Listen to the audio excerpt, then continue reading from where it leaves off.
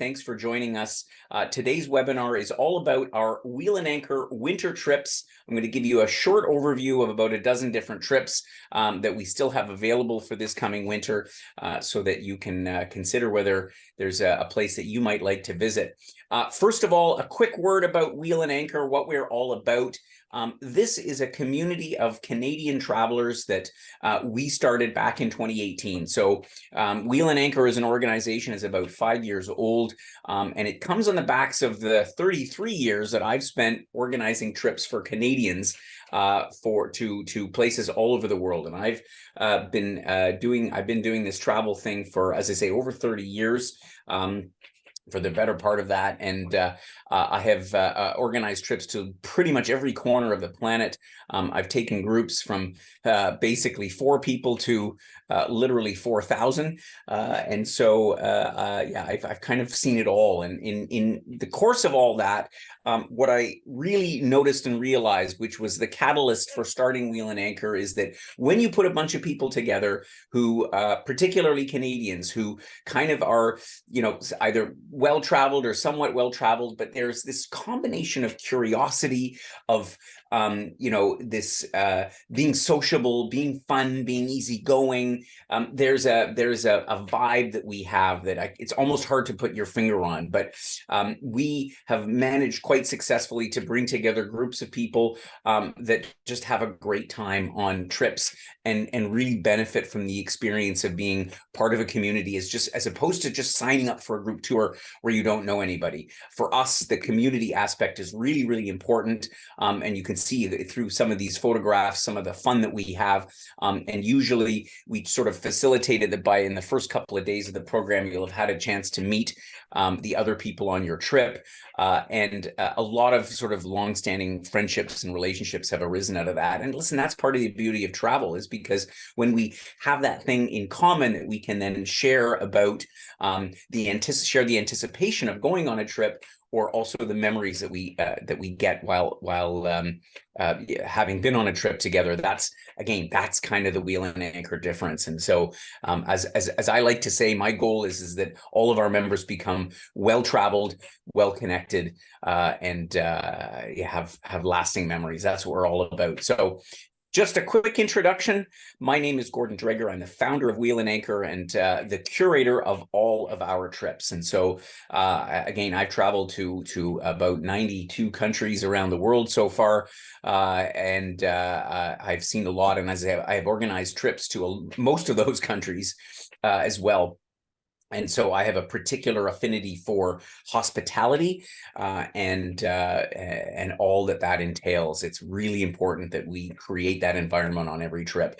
However, I couldn't do all of this stuff without an amazing team, in particular, our 2 trip specialists. Barb Colmegis that's here this morning. Good morning, Barb. Good morning. Well as Paula Sarnik, who I'm sure is probably here on the webinar hiding in the background somewhere. So Paula and Barb are the wonderful women who you will speak to when you give our office a call and when you have questions or you want to inquire about going on our trip. So today I'm going to take you on a little journey around the Wheel and Anchor adventures for winter of 2024. So from January to April, and we're going to be looking at, as I say, about 12 different trips. I'm only going to touch on them lightly. We obviously have webinars for those of you who are new to us or you haven't attended a webinar before. We have in-depth webinars for every single trip that we introduce. So this is really just meant to give you a few about, have you considered here? Have you considered here? Why would you go here? That's the objective of the webinar today. The destinations that we're going to cover are listed here, all the way from Costa Rica, where we have a program going out in December with a few spots left on it. And we've got Thailand, Bali, our Mediterranean destinations, Malta, Sicily, Syracuse, Sicily, Cyprus, as well as a terrific adventure down in Argentina and Chile, as well as, of course, New Zealand and Australia. So as I say, I'm going to touch on these quite briefly. If you've been with us a long time, if you're familiar with our gamut of programs, you might see the odd thing in there that isn't listed, and that's only because it's sold out already. So we're only going to talk about trips that are still available. So first of all, let's start off in Costa Rica, where we're going to be heading at the beginning of December. So we've got a few weeks left. If you're interested in getting away in early December, I know that winter sometimes comes in like a lion, and therefore, you may want to think, maybe I want to get an early winter getaway, as it were. Our trip to Costa Rica is an eco trip. So the idea behind this trip is this is not a beach holiday. There's obviously lots of companies that you can go and book a hotel on the beach for a week. We are going here to investigate a couple of very important things here. We're going to be in the Cloudbridge Nature Reserve, so high up in the mountains of Costa Rica, where their weather is actually can be quite cool, despite, of course, that it's a tropical country. And we're going to be spending a few days down here on the Osa Peninsula, which National Geographic has described as the most biologically intense place on Earth. So this is a tour where we're going to get a sense of some of the incredible flora and fauna that Costa Rica has to offer. We've selected smaller lodges and hotels like Luna Lodge in the Osa Peninsula, which is a wonderful place. It's only got about 18 rooms, and it's situated directly adjacent to the Corcovado Park, which is one of the places that we're going to be visiting. Here's a shot of our group last year with the happy faces with our host, Martine, who you see over here on the left side of the screen. Obviously, Martine has been working with us on putting these trips together in Costa Rica. She spends a lot of time there, although she hails from Ottawa, she spends much of the year down in Costa Rica as well as in Peru.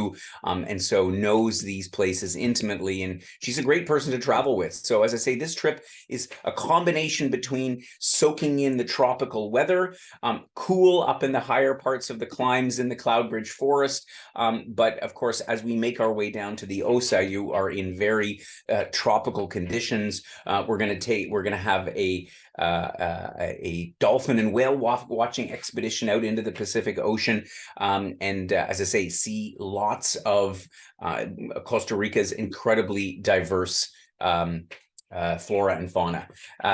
Our next trip I want to talk about today is our LiveAway in Koh Samui, Thailand.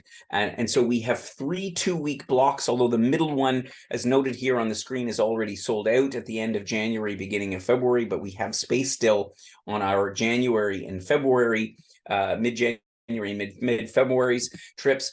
So just to give you a bit of a lay of the land, a lot of people don't think about going on an extended holiday effectively to a beach destination in Thailand because it's so far away. Our LiveAways are designed to be not just a tropical getaway in the middle of winter, but also an opportunity to really get an insight into the local culture. So for the geography lesson, as it were, Koh Samui is an island down here in the Gulf of Thailand. So on this side of Thailand is the Andaman Sea, or the otherwise, which is part of the Indian Ocean. And on this side over here is basically the Pacific Ocean. And the Gulf of Thailand that tucks in here makes this area particularly interesting, because some people say, oh, Thailand, what about tsunamis? Well, we actually don't have tsunamis on this side of Thailand because they come from the volcanoes and the Ring of Fire, which runs up the western coast through the Indian Ocean of Thailand. So we also seldom ever get any really bad weather in here, because the typhoons that come in and hit the Philippines, which is kind of over here on the inset map, never really get inside the Gulf of Thailand. So it makes it a great spot to get away for a holiday. It's about an hour flight from Bangkok, which is your primary place to fly into. The island of Koh Samui itself is basically it's just a little bit smaller than Antigua. For those of you who've been to the Caribbean, it's home to about 70,000 local people, but it has 25,000 tourist beds. So this is a very popular island to visit, partly because of the spectacular beaches. And so we're going to be spending time here in the beaches on the East Coast at so-called Chaweng, our hotel this year. And we have a new hotel this year, a wonderful 5-star resort located right on the beach. And what I really like about it is the fact that it's Thai inspired. I mean, nowadays, the new hotels that they build in Thailand, it's like one is more modern than the other. But the thing I like about the Royal Muang is 2 things. It's, first of all, it's family owned. Some lovely folks that I got to know some years back, and they really take a lot of pride. It's also so they've created an oasis. So in the middle of this part, the part of the island called Chaweng, which is actually it's the touristic center of the island. A lot of hustle and bustle. There's restaurants and bars and shops and all the rest of it. When you walk in to the Muang Samui, to our home for the couple of weeks on our LiveAways, it's like an oasis because it looks exactly like you see here, and all of the rooms are in these villas situated on either side, and the rooms themselves have been really designed with wonderful Thai decor. Like it's all done in tropical hardwoods, like you see here. Very spacious rooms. I think the smallest room is about 350 or 400 square feet. So they're large. They look out into this green. You'd think you were in the middle of the jungle, even though you are very, very well located. While we're in Thailand, we also have the opportunity to do a pre-trip to Bangkok. Here you can see myself with a few of our members visiting the floating markets of Bangkok. We're also going to be doing some excursions. We have a pre-trip to Chiang Mai in Thailand with the amazing temples that it has to offer. And in fact, I've just curated a brand new 4-night pre-trip in Chiang Mai that is a big improvement on, we had a great time last year, but I wanted to go for something even better. So I'm excited about that. We have all kinds of social gatherings. Last year, we had some live music on a couple of evenings. We had a chance to see the amazing fire shows on the beach. Like you can see here, there's the opportunity to get in touch with a little bit of the Thai culture. Here, the group was learning how to tie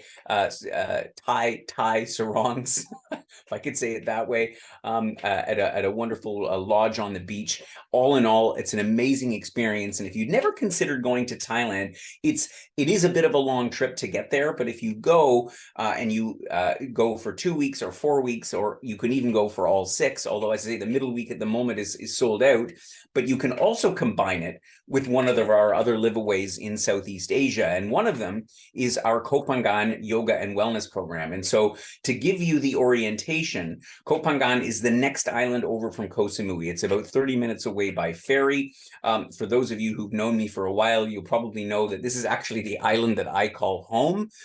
So I technically reside here on Koh Phangan, although I don't spend a lot of time these days because we're busy organizing trips all over the world. And this particular trip, we have 2 1-week yoga and wellness experiences. And I want to qualify what this means because I think some of our members were not quite sure what we meant by yoga. This isn't a yoga retreat. So you're not going to be going and doing like 5 hours a day of yoga. That's not the intention of this at all. But rather, we have a lovely resort called Summer Resort that you can see pictured here. It's a little bit more on the modern side with very spacious rooms. But we are going to be escorted by our 2 yogis, Clelia, who originally hails from Venice, Italy, and Andrew, who comes from Edmonton, Alberta.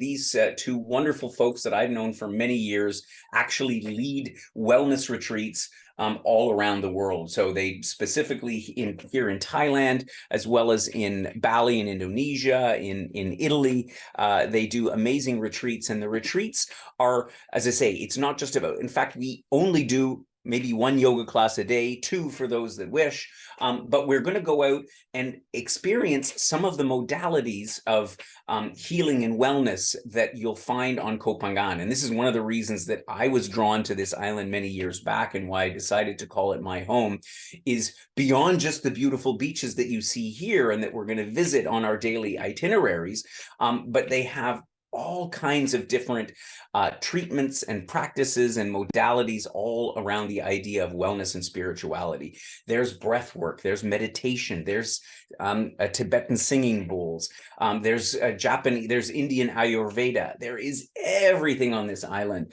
So we have put together a smattering of different things, experiences in nature, opportunity to enjoy Thai spa rituals. We even have an opportunity to go to what's called an ecstatic dance. This may be unfamiliar to most of you, but this is where all kinds of people, young, old, slim, not so slim. Everybody gets together and dances in the middle of the day, and it's a complete self-expression. And so all these things are obviously optional as well, but they're included in the program. And if you participate, if you come along and participate on these different sort of rituals, if you will, I can honestly assure you, you're going to come back totally rejuvenated, totally relaxed. And just one more thing about Kopangan is this is the same 2 weeks, and you can do 1 week or 2 weeks that is adjacent to our Koh Samui LiveAway. So you could theoretically go to Koh Samui and stay in this wonderful 5-star hotel, come over to Kopangan for a week, do a week of wellness and yoga and nature. Our members that did our Koh Samui LiveAway last year came with me on a day trip to Kopangan, and they just fell in love with the island. So this is an opportunity to see that. So that's that. Also adjacent to our LiveAway in Thailand is Bali. So you could, and in fact, I want to say most of our members who've already signed up for our LiveAways this year many of them are going for 2 weeks to Thailand and then 2 weeks to Bali, or they're going to the Kopangan Wellness Program and then 2 weeks to Bali. Bali, of course, is in Indonesia, which, if you know, Indonesia is a massive archipelago. And Bali, which is down here, is, of course, the only Hindu oriented island. Indonesia as a whole is, of course, follows Islam, except for Bali, which is Hindu, which makes it a very unique spot and is one of the reasons why it's such a popular destination. So we're going to be staying here in Sanur, which is on the south east coast of the island. And from here, we're going to have a series of excursions that go all around, particularly the eastern part of Bali, as well as over to the Gili Islands by Lombok. And then, of course, we have our Komodo Island extension program at the end. There's a couple of spots left if you want to go and see those famous Komodo dragons. We are staying in Bali in a wonderful 5-star hotel directly on the beach at Sanur. The rooms are absolutely gorgeous. Everybody just fell in love with the hotel. Again, a lot of green all around, even though you're in the middle of a sort of a bustling community, but it is not as fast-paced as Kuta or Seminyak and other parts of Bali. I must be honest, when I went on the first part of the LiveAway last year, I had not been to Sanur before. It had been visited by one of my other members of my team, and I just fell in love with this place because it's the right pace for Bali. Enough to do, lots of places to walk around, a promenade, a walkway all along the beach that goes for, I don't know, about 4 or 5 kilometers, and restaurants and shops and all kinds of things. And of course, we have all of our excursions. And so just by way of explanation on how the excursions work, on our LiveAway programs, we include in the package what we call an activity credit. And so that gives you an opportunity to choose the things that you want to do while on your holiday. So for some people, they want to do something every day or every other day. Other people are like, I just want to do a couple of excursions. You get to choose. If you use up and do all of the excursions, then you'll have to top up your excursions account. Otherwise, we've had members on every single LiveAway who've really come to have a quieter time and they haven't used their excursion credit, in which case we just refund it back to you. So either way, what our members like about it is the fact that you don't feel like you're paying for something you're not doing. You're really getting to choose yourself. And so, as I say, we have a number of different experiences in Bali. We're going to go up and see Mount Batur, the volcano, the famous one, and all of the wonderful temples that are surrounding that. You can see myself here with a couple of our members, all of the culinary adventures that you have in Bali. So you'll get a chance to learn some of the Indonesian dishes. Everybody's familiar with Thai food, but less so Indonesian food. And they have some delectable stuff on the menu. We have boat trips as well on the excursion calendar, including over to the sister island of Nusa Penida, which is about a 45-minute boat ride away on our private speedboat. You can see some of our members from last year enjoying that experience. So, and a above all, again, the LiveAways are all about social get-togethers, the opportunity to go out, grab dinner with a bunch of other members, have some chit-chat, soak up the sun, and as I say, get to know people that are on the trip. So Bali, I can highly recommend. The trip is nearing full. There are a few spots left. So if you've thought about coming out to Bali or Bali and Thailand, you might want to consider doing it this year if you haven't already made plans. Another thing I should mention about Bali is that, and with all of our LiveAways, we encourage you to go out and do things on your own as well. So it's not just about you have to follow our itinerary. And like in Bali, for example, we have a car and driver, a wonderful gentleman who took a number of our members around. You can basically book him for the whole day, and he'll take you to all kinds of spots if you want to go shopping for the handicrafts. And so it's important that it's not all about our excursions. It's about you going out and discovering on your own. And that's the beauty. And the host is there as well to sort of point you in the right direction, and sort of lend a hand with whatever it is to maximize your experience on a LiveAway. Let's move on to one of our LiveAway destinations that's growing in popularity. This is the island of Madeira, and we have 3 2-week departures to Madeira starting at the beginning of February, going to the middle of March. And I put a note on here that our second one is almost full. I think there's only 1 or 2 rooms left on that.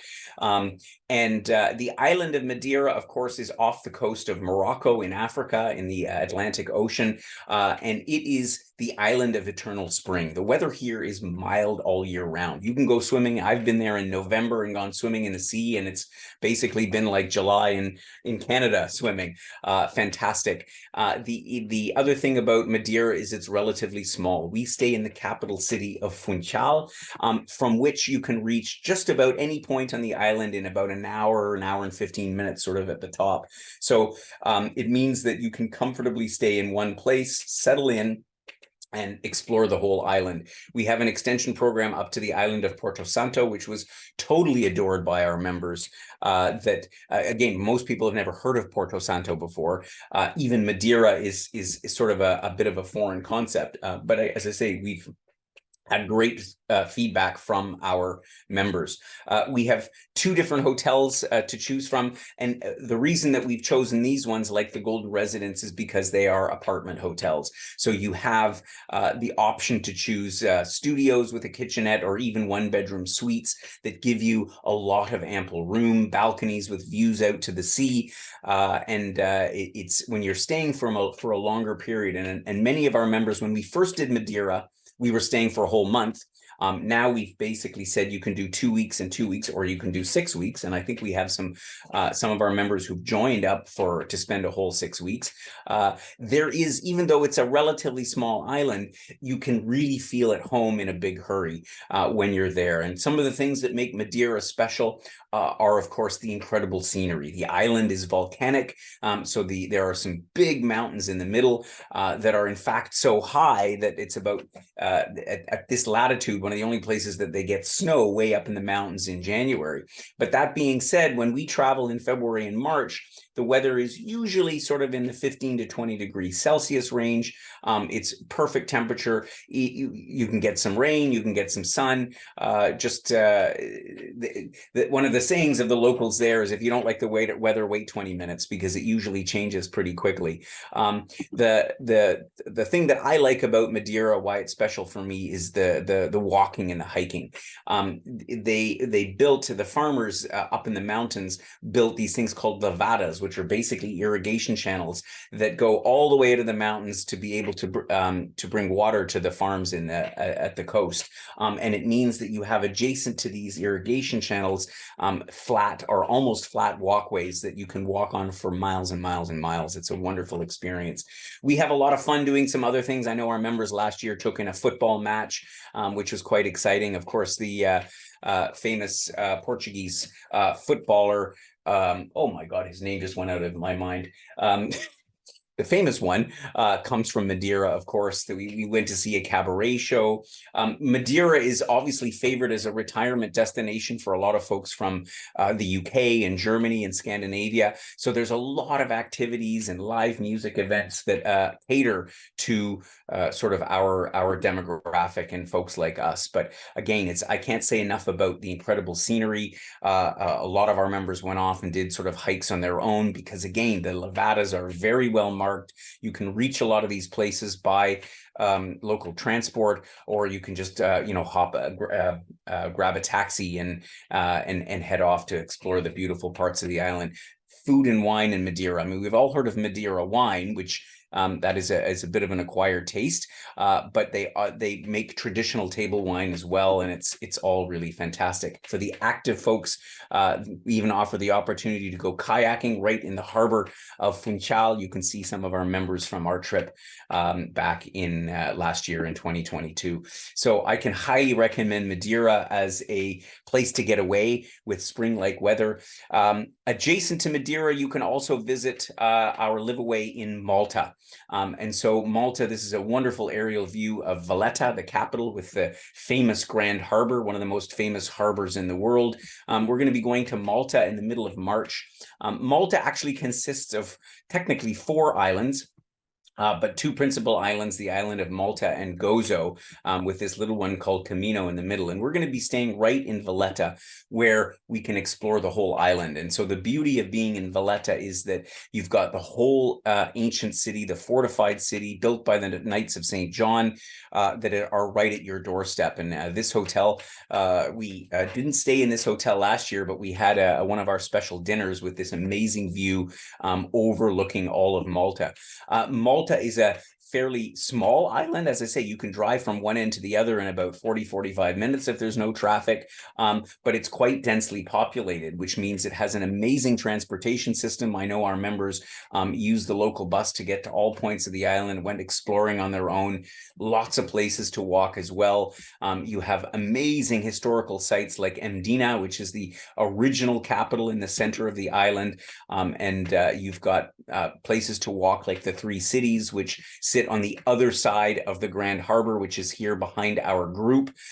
This is Valletta itself, so picturesque. If you're a photographer and you like amazing ancient architecture, you can hardly not miss a beat anywhere in Malta. And of course, the food and wine as well. Many of us won't have had the chance to sample Maltese wine before, but I can assure you it's really, really good. Our wine tasting excursion here, they brought us a snack, which of course meant that we didn't have to eat another meal for the rest of the day. We have a lot of fun on our trip. So Malta's a great one to consider. Directly adjacent to Malta as well as Sicily. In fact, a lot of our members combine Malta with Sicily because we have a ferry trip in between. You can go from Valletta directly to the east coast of Sicily, and then in a short drive, you arrive in this beautiful city of Syracuse. So this year, we're going to be we didn't get enough folks signing up for our North Sicily program, so we're focused on Siracusa or Syracuse, particularly the peninsula of Ortigia, which is down here on the southeast coast of the island. A great spot, not only because it's a wonderful town to hang out in and of itself, but we can access places like Taormina, one of the most famous tourist towns in Sicily, as well as the volcano Mount Etna, and see some also sites like the Baroque city of Noto. We're going to be staying, we have 2 different types of places in Syracuse. One is a hotel right on the sea that you can see pictured here, and then an apartment hotel that's almost right next door with slightly larger apartment style rooms. What can I say about Sicily? Sicily is first of all, of course, about the culture and the food and the wine. We have some incredible dinners sampling as well. Sicilian wine, you'll probably have drank Nero d'Avolo before, or some of the other grapes that Sicily is so known for. But it's really again, the scenery, particularly on this east coast. the group that went up Etna last year had a bit of bad weather when they get to the top. The wind was blowing pretty strong, but nevertheless, we can hope and pray that we'll get great weather from which you get amazing views of one of Europe's most active volcanoes. Of course, you never know if the volcano is giving rumblings, which it does from time to time. Then maybe we have to cancel the excursion, but mostly it's accessible and it's a very safe and fun day. Taormina as well is a tourist town that's just up the coast. You can see actually Mount Etna here in the background with its snow-capped peaks, which it does get snow in the wintertime, despite our latitude in the central part of the Mediterranean. And of course, Catania, which is the city that we fly into for our Syracuse LiveAway, is a wonderful town with an incredible Baroque theater. And last year we were able to get our members out to see an incredible concert in this concert house / theater that's right in the heart of town, combined with a wonderful dinner. So Sicily is a great place to visit, and on this LiveAway we cover a lot of ground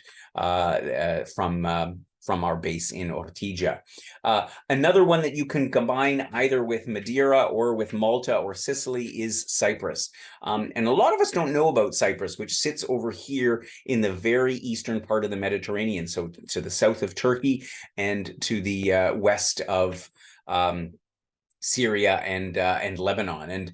And Cyprus is a very interesting island.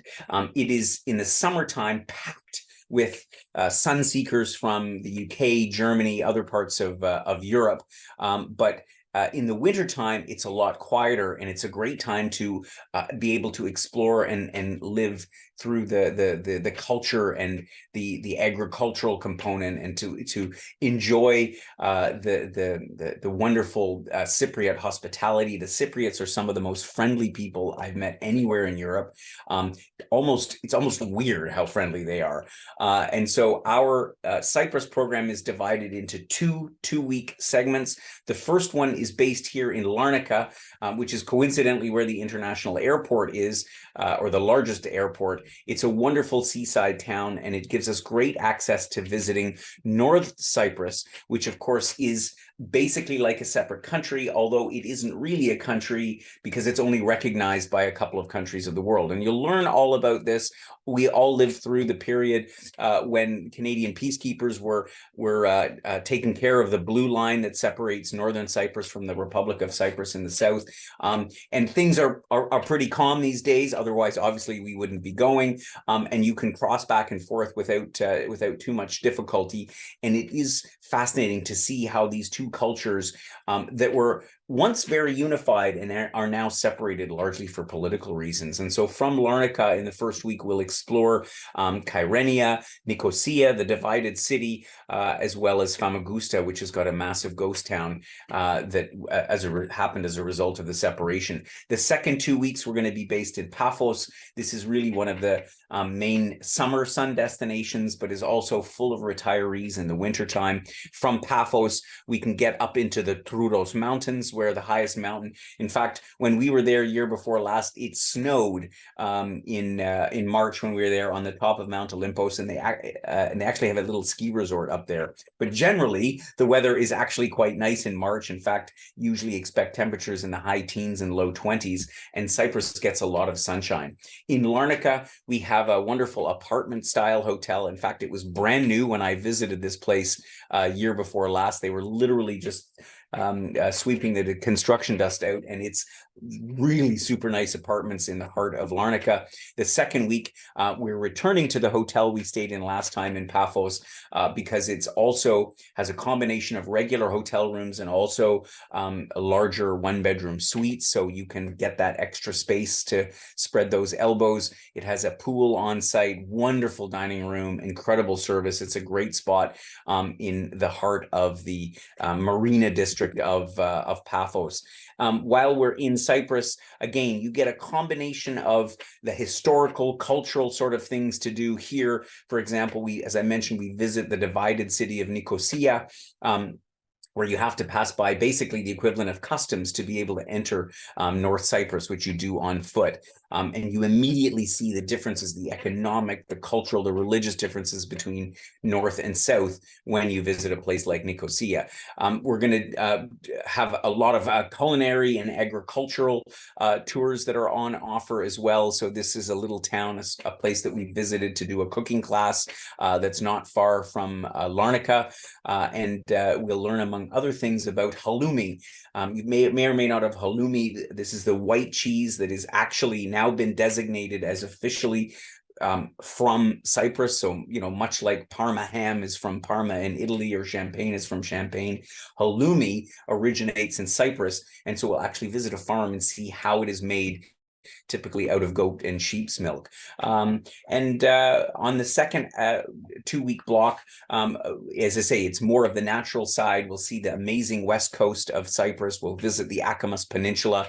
We'll take a boat trip to the blue, it's not the Blue Grotto, it's the blue, I just forgot the name of it. Anyway, it's a beautiful bay with turquoise blue water. You can swim in March. It's chilly, but I would say about a quarter of our group actually jumped in the water, and we had a marvelous time doing so. Here's a great picture from our group at the end.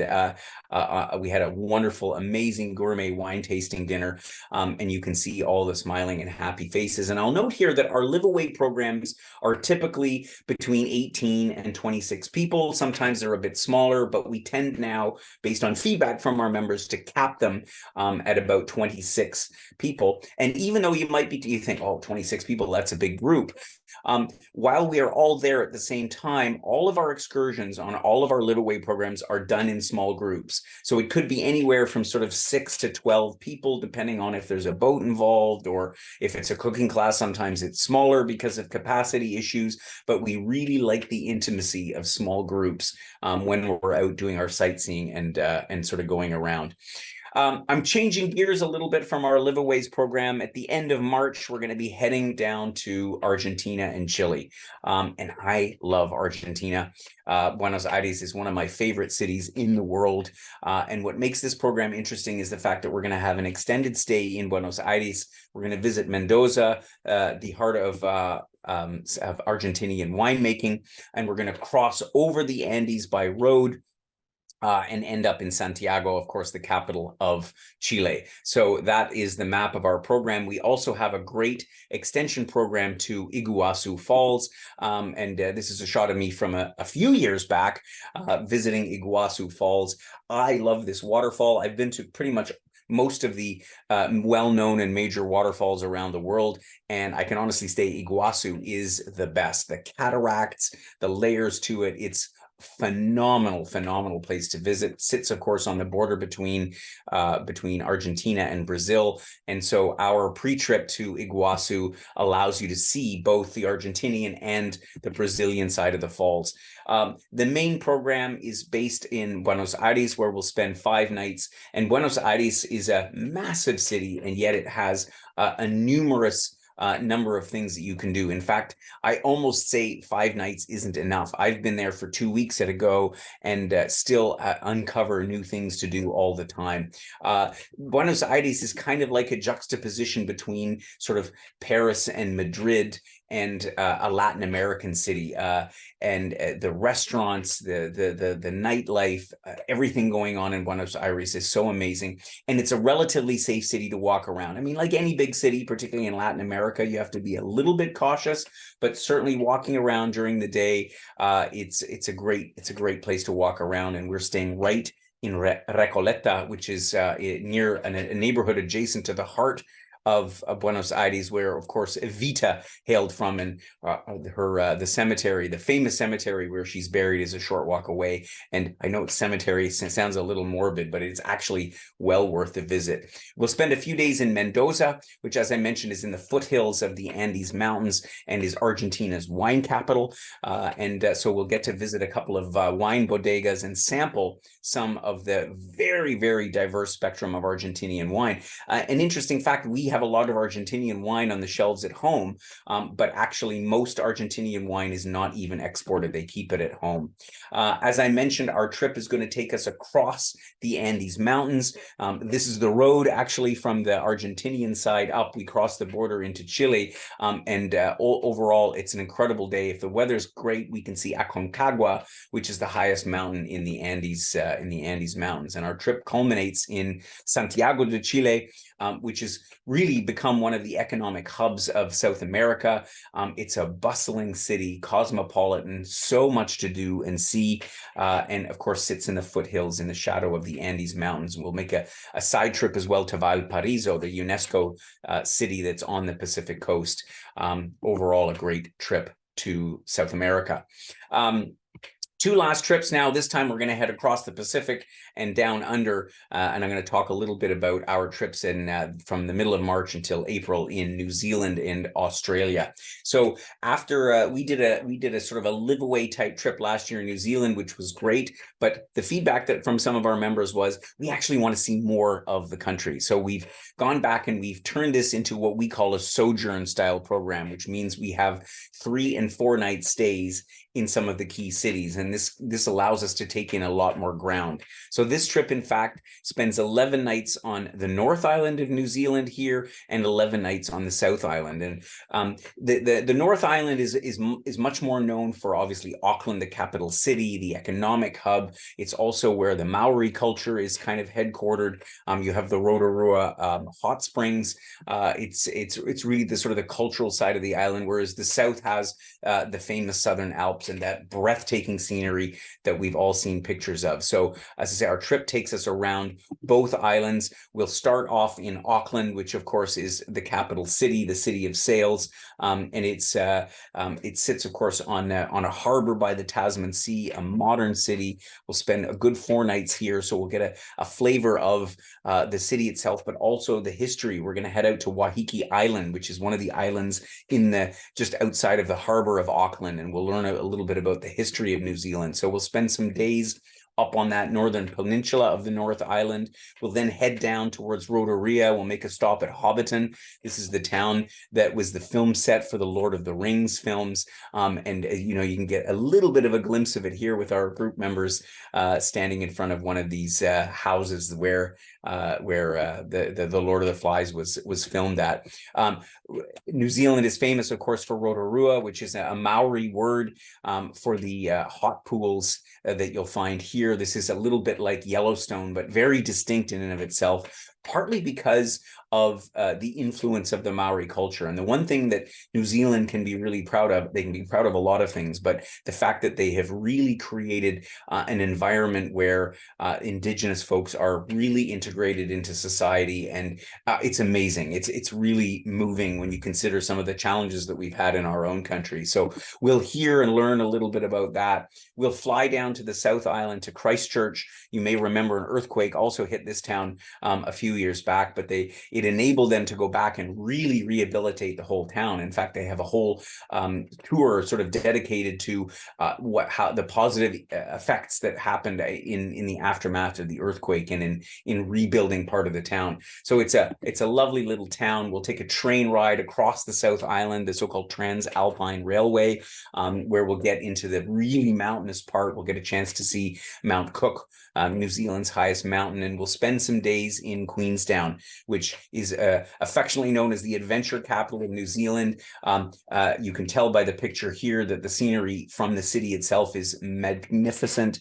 We'll make side trips out to see places like Milford Sound, and hear some smiling faces from our group having a brilliant time in New Zealand. The scenery on the South Island is breathtaking. This is, I think, the right way to do New Zealand. It takes 3 weeks, so 22 nights for the whole trip, evenly divided between North and South Islands, and really takes in a lot of the magic of what New Zealand is all about.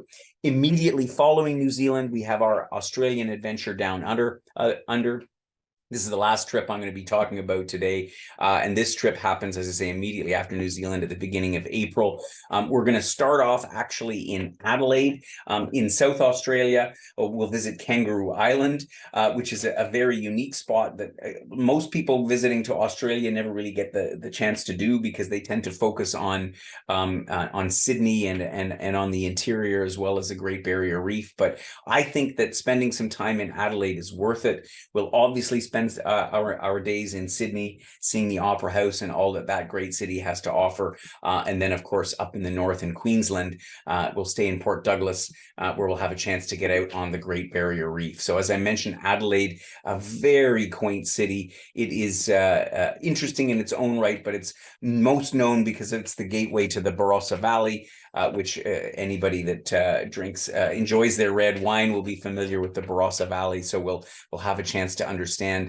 what makes the wines in these regions so great. Sydney needs no introduction. Of course, this spectacular, dramatic opera house and the Harbour Bridge that are the icons of the city. We'll have enough time in here. We'll also head out to the Blue Mountains outside of Sydney to explore some of the nature. And this is also the reason for visiting Kangaroo Island in Adelaide, is because we wanted to not only see the classic urban aspects of Australia, not to mention the Great Barrier Reef, but also some of the nature that is sort of in the lesser known areas as it relates to sort of overseas tourists. The last part of our trip will be up in Cairn, or Cairn is at least where we'll fly to, which is Australia's gateway to the Great Barrier Reef. And we'll spend a few nights up in Port Douglas. Has a magnificent beach that you can see here. And from here in Port Douglas, we're going to visit not only the Great Barrier Reef, we're going to go out to one of those floating platforms from where you can do diving or snorkeling or submarine ride or a helicopter tour. There's all kinds of different options. And it will be a great day exploring this world famous Great Barrier Reef. So we tacked on an extension program to Uluru. We did it separately for a couple of different reasons. The tourist industry has been struggling in Central Australia with a lack of personnel. They've actually had hotels that they have not been able to open because there's nobody to run them. So we made it an extension for those that want to visit what was used to be called Ayers Rock, that you see pictured here, obviously known by its indigenous name of Uluru. This is a 2-night add-on that you can do to see this magnificent site. So that wraps up our Australian program, and that wraps up our overall webinar. I hope that this gave you a bit of an insight about some of the trips that we're going on this winter, and maybe inspired you to think of joining us if you haven't already made some winter plans. I'd like to take some questions if you have any, and Barb will come on and let me know if there's been any questions from members. But of course, if anything has piqued your interest, if you'd like to know more about any of these destinations, you obviously can email Paula or Barb. You can also go and look at any of the webinars we've done on all of the destinations that I just mentioned. You can find those webinars in a couple of different ways. They're either on our website. So under the tours heading, you can scroll down and find every single trip. Inside the web page, there is a link to the YouTube channel, which has all of the webinar replays. You can go directly to our YouTube channel and find it. So there's lots of ways to find the webinar replays, and of course the program itineraries as well are linked on the website, as well as on the trip list that's included in the newsletter every week. So every week we update all of our available trips in a very simple 2-page format. You can just click on the link and go to the program itinerary for each of them. Okay, enough talking for me. Barb. Yeah, so how do you pick? Because there's so many good ones.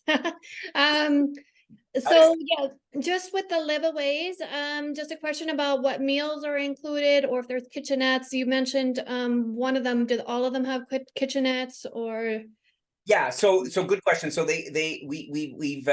our original idea was that all the accommodations would have kitchenettes, but we found it was difficult to find the right kind of accommodation and be able to get enough rooms that had kitchenettes. So it does vary a little bit. So as an example, in Thailand, in Koh Samui, in Bali, and Koh Phangan, and those trips, we have classic hotels, generous sized rooms, but they don't have cooking facilities inside. Quite honestly, the price of going out for dinner in Thailand and Bali is so reasonable. There is just really no reason to cook. So we don't have kitchenettes there. But in Madeira, for example, we do have hotels with apartment style hotels with kitchenettes. We have the same in Cyprus available. In Malta, we do not, because there just simply weren't any available. So it does vary according to the program. Most of our programs offer breakfast included, but there are some exceptions to places where we have, for example, in Larnaca, there is no restaurant on the site of the apartment hotel. So I think there's no breakfast, or maybe there's a breakfast voucher there. But if you look at each program itinerary, it will clarify exactly what meals are included. Then on our LiveAways, we don't have a meal program, but the excursions will, in most cases, have a lunch or a sort of a tasting snack, which often turns out to be as much as a meal. So this is how we do the food on those programs. But you are, to a large extent, on your own. We obviously, our hosts will, and our local guides will point you to the direction of local restaurants. And in most of these places, you can eat either very economically, or you can go to practically Michelin star dining as you see fit. Right. And so the first part of the presentation were liveaways, but like the Argentina and Chile, New So Zealand, and the other ones, that's different, right? More so those are more of our classic sojourn and experiential style trips. So those are regular tours. There's breakfast every day for sure in the hotels. And then generally we do either lunch or dinner. On rare occasions, we do both, but we seek out what I call non-tour group dining locations in almost all cases, because we want the culinary experience at Wheel and Anchor is very, very important to me. I'm a foodie, and that comes across in our tour itineraries. Okay, excellent. And also each of those trips, there is an additional information document. So if you're at all interested, you can access the program itinerary from the newsletter, but please reach out to Paul and I if you are interested in a specific, because there is additional information we can send you, and also just check up-to-date availability on those trips. And one other thing, we do just have that Koh Samui one, a spot just opened for that second middle section. So if people are wanting to go for a month, there is one spot that there is the option to go to the month, because we do occasionally get cancellations. So it's always good to check in with us, even if a specific departure is not available.